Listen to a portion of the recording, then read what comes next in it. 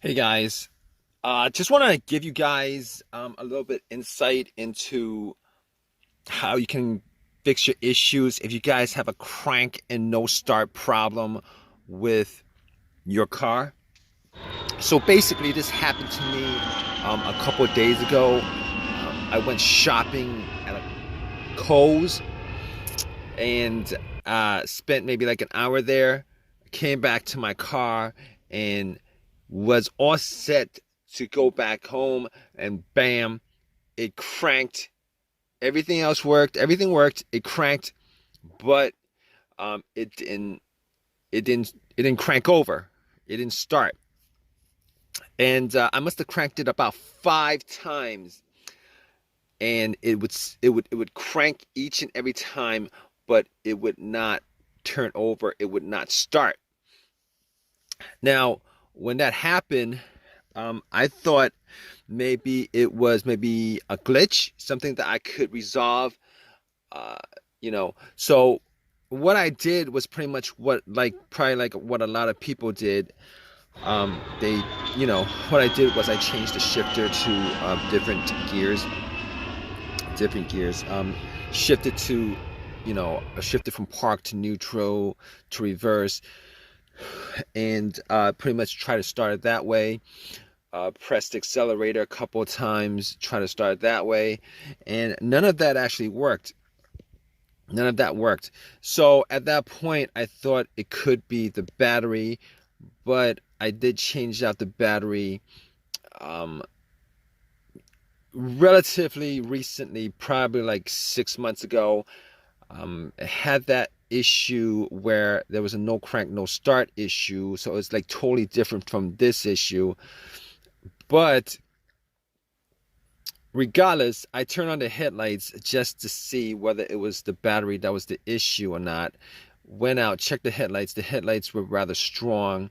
And at that point, I was thinking it probably wasn't the battery, because I was crossing my finger like you guys are probably at this point for like a quick fix. So basically, after that, I opened the hood up and looked at the battery compartment, battery area. Now, here's the thing about it. All right, I the car was cranking pretty strong. All right, I was thinking that may have been a battery, still in the warranty. I could just change it out, pop another one in, problem solved. But I, you know, I the car was cranking very strong. The headlights were very bright. Did not think it was the battery at that point, but I was looking at terminals. They looked like they were pretty corroded. And basically, I did not clean the terminals when I swapped out the battery 6 months ago. Probably like I should have done. So basically, I had a couple cans of Coke. I poured 2 cans of Coke on the terminal cables, the connectors. All right, wiggled them a bit. Now the connectors were were tight, but they're not so tight that I couldn't move it. And I pretty much wiggled them out, took some paper towel, cleaned them up, popped them back in. It wasn't 100% clean, but it was clean enough that if that was the issue, I would have been able to, without a problem, the connection would have been able to crank it over if that was the issue. But I didn't, I was pretty sure that that wasn't the cause of it. But regardless, I did all that anyway. Went back to my car, tried to crank it, and it still cranked strong, did not turn over. Had the same scenario, did not turn over. Sucks. It sucked at that point. I was like, okay, so I went back out, and I had a battery booster. Now you're thinking, like, all of that, why is he thinking it's still the battery? It's possible, on a rare chance, that the battery could be the cause of this for whatever reason. All right, that's like the first thing I went to. Had the booster out, popped the booster in. It had about 75% charge. Obviously, if that didn't work, I knew that I could just eliminate the battery 100%. But at that point, I was the battery could have been eliminated like 99%. I would have eliminated the battery, but was hoping for an easy fix like you guys are in this situation. Popped the cables on and cranked it. Cranked up as strong as it did before. So, but it didn't turn over. So at that point, I knew 100% that it was not the battery. All right. On top of that, I actually checked the negative cable. I checked the negative cable, and if you guys know what the negative cable is, the negative cable is the ground cable, and normally it connects to the frame of the car. I checked that to make sure that it wasn't broken, that it wasn't frayed, that there wasn't an issue of corrosion and anything like that, because a weak ground can cause your car not to crank over. But normally in those kind of situations, it's because the connection is weak, and you would still have a weak crank. Your conductivity would be very weak, and you know, test like the headlight would show you that you would get a dim light instead of a strong light. In this situation, I was getting everything was working fine as it should. The cranks were strong. The headlights were very bright. So at that point, I knew that it was not the things that I could eliminate at that point were I could eliminate 100% the battery. I could eliminate 100% the ground cable. I could eliminate 100% the alternator, even though in situations like this, the alternator would not normally be one of those things that would be on my elimination list. All right. Normally, if the alternator was the issue, the car would have died out with the engine running, or would have died out with the engine with the car on the road while driving. That's 100% of the time. Well, not 100% of the time, but normally that would be the case. Or there would be a no start situation because it was running on the battery and the battery just died out. But the test for the alternator was if you put like an outside power source like a booster or cables on to the car, and if the alternator was the issue, you'd be able to turn it over, and then when you take the cables off, the alternator would die out. So I could eliminate the alternator 100%. So basically, I can eliminate all those things out of the way. All right. So still had that same situation, and then it pops up in my head that it occurred to me that uh, uh, I had there could be a bunch of other things that could be causing it. Manifold sensor, throttle position sensor, camshaft position sensor, crankshaft position sensor, a whole variety of things that could possibly be causing the crank but no start issue. Okay, it's a crank but no start, because I was getting a crank on the car each and every time, and I must have tried that at least 15 times to crank it up. It would crank very strong each and every time. All right, but here's the thing. Here's how I eliminated all those things, and you could do that too in this situation.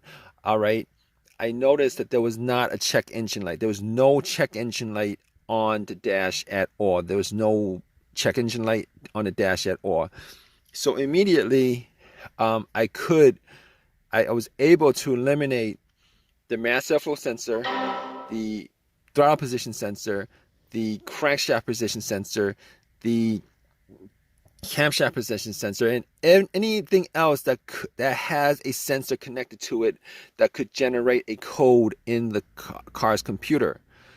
But I also had an OBD2 reader, and just to make sure that that was the case, that it wasn't any of those things that was causing it, I actually plugged it in. Now, there's also one other reason why I did plug in the OBD2 reader, and the other reason is sometimes if the computer is not reading the car, it's not connected to the car itself or the components of the car, it could cause a crank but no start situation. All right, and you could test that out with an OBD2, a cheap OBD2 that you could get from Walmart for 20 bucks. If you plug it in, and somewhere, sometime when it's when it's reading the codes, it doesn't analyze it all the way. It stalls on when it's reading. On the OBD2, if it doesn't read, if it doesn't analyze, give you a breakdown of codes, monitors read, etc., etc. Normally in these situations, it means that there's a disconnect between the car and the and the computer itself, the ECU, ECM, PCM, all those things are the car's computer. Now, I plugged it in, it scanned it all the way through 100%, gave me a whole readout of everything. Obviously, as I thought, there were no codes, all the monitors were good, everything was, it gave me a readout. So once it gave me a readout, I was sure that there was no, I was like 99% sure that it wasn't any of those things that had a sensor connected to it. Now, here's the thing about it. I did take the cables off the battery, and that would actually, you want to do that before you take the cables off the battery. But because I had no check engine light, I was 100% sure that it wasn't any of those things. 100%. Okay? So basically, I was left with a couple of things that could be causing the crank but no start situation. All right. As far as easier things that I could just resolve on the spot, if there was an AutoZone close by, fuses, relays, possibly the ignition switch, possibly the fuel pump. So I had all those things to consider, 4 of those things considered. So I pretty much limited troubleshooting this whole entire thing to four things. Okay. So I popped up the fuse. I was looking at all the fuses just to see whether there were any kind of signs of a burnt fuse, brownish on the top or something like that. Any kind of smell of a burnt plastic or something like that. I could. Everything looked fine as far as the fuse was concerned. I did not have a fuse tester on me. I could not test out every one of the fuses, but all the fuses looked fine. All right. Which pretty much brought me to the fuel pump and the relays. All right. Here's the thing with the fuel pump. Now, before I even did the test, I was sitting in my car thinking that it may have been the fuel pump or the fuel pump not operating. So I did this test, and you guys could do it too, but normally it takes 2 people, all right, one to listen to the car where the gas cap is. You would take the gas cap off, and you would try to listen to a priming sound. All right, one person would be in the car turning the car to the on position. The on position is the position before it cranks. Normally you don't want to crank it, because what happens is if you crank it, that noise, the cranking noise, is going to drown out the noise from the whizzing of the priming of the fuel pump. All right, and the priming of the fuel pump is pretty much the motor in the fuel pump working. All right, now there was nobody else with me, so I was sitting in my car, turned everything off, rolled up all the windows, and I put the car into the on position. And I did it a couple of times. Turn it off, push it to the on position, turn it to the on position, turn it off, turn it to the on position. Was not able to hear, to make out a sound inside the car. All right, whether the pump was priming or not, it was not able to hear a whizzing sound, a motorized sound, either way. So, after that, I looked at the fuses and looked at the relays. Especially for the fuel pump. I thought it could have been the fuel filter, but normally with the fuel filter, you could at least get the car to start, to turn over, and then it would die out because if the fuel filter was blocked or something like that. Okay, so I did not think in that situation it was the fuel filter, because I cranked it at least 15 times. It never actually turned over at least once. So basically, I found the relay to the fuel pump, and I was able to swap out for a similar relay. All right, and once I swapped it out, was able to turn it, got into my car, and then cranked it. And guess what, guys? Boom! It turned on, turned over, car was running, turned off, did again, it was running. So at that point, I knew for 100% that it was the fuel pump. All right, I forget what component of the car I swapped it out with, as far as the malfunctioning fuel pump was concerned. But I was thinking about driving the car to an AutoZone, but there was an AutoZone pretty close by. Went to the AutoZone, got the fuse pump relay, got another relay for it, swapped it, put everything back together, and all set. Everything was good, simple fix, and haven't had an issue since. That was a couple of days ago. Turn on, turn off, turn on. Everything works the way it's supposed to. So it was the fuel pump relay that was the problem.